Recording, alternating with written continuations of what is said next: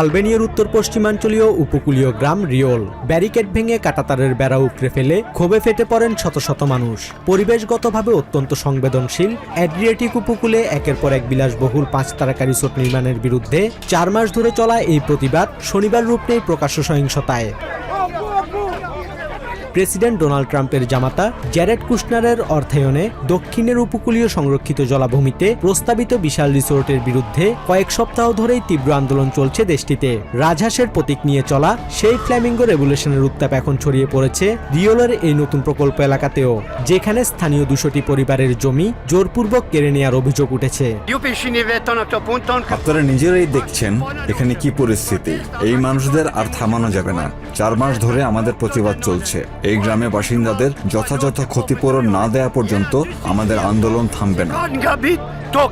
Albania সরকার এসব বিলাসবহুল প্রকল্পের উদ্যোক্তাদের বিশেষ মর্যাদা সম্পন্ন বিনিয়োগকারী হিসেবে আইনি সুবিধা দিচ্ছে। তবে স্থানীয় বাসিন্দাদের অভিযোগ, প্রধানমন্ত্রী এডি রামার সরকার আদালতের তোয়াক্কা না করে মাফিয়াদের মতো তাদের বাপদাদার সম্পত্তি দখল করে নিচ্ছে।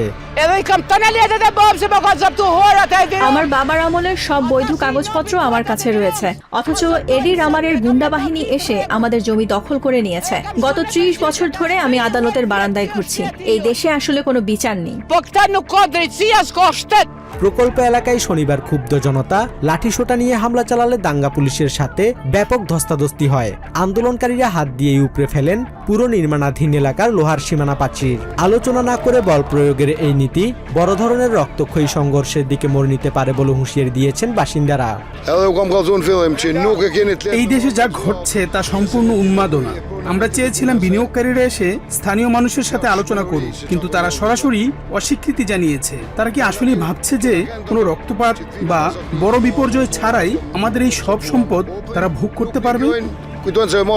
কুশনারের প্রকল্পের বিরুদ্ধে শুরু হওয়া পরিবেশ রক্ষার আন্দোলন এখন রূপ নিয়েছে সাধারণ মানুষের নিজেদের অস্তিত্ব ও অধিকার রক্ষার লড়াইয়ে, যা আলবেনিয়ার পর্যটন খাতের ভবিষ্যৎকে বড় ধরনের অনিশ্চয়তার মুখে ফেলে দিচ্ছে।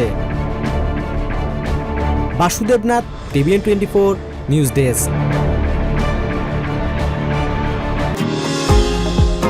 নিউ ইয়র্ক থেকে সম্প্রচারিত টিভিএন 24 টেলিভিশন বিশ্বজুড়ে বাঙালির কণ্ঠস্বর।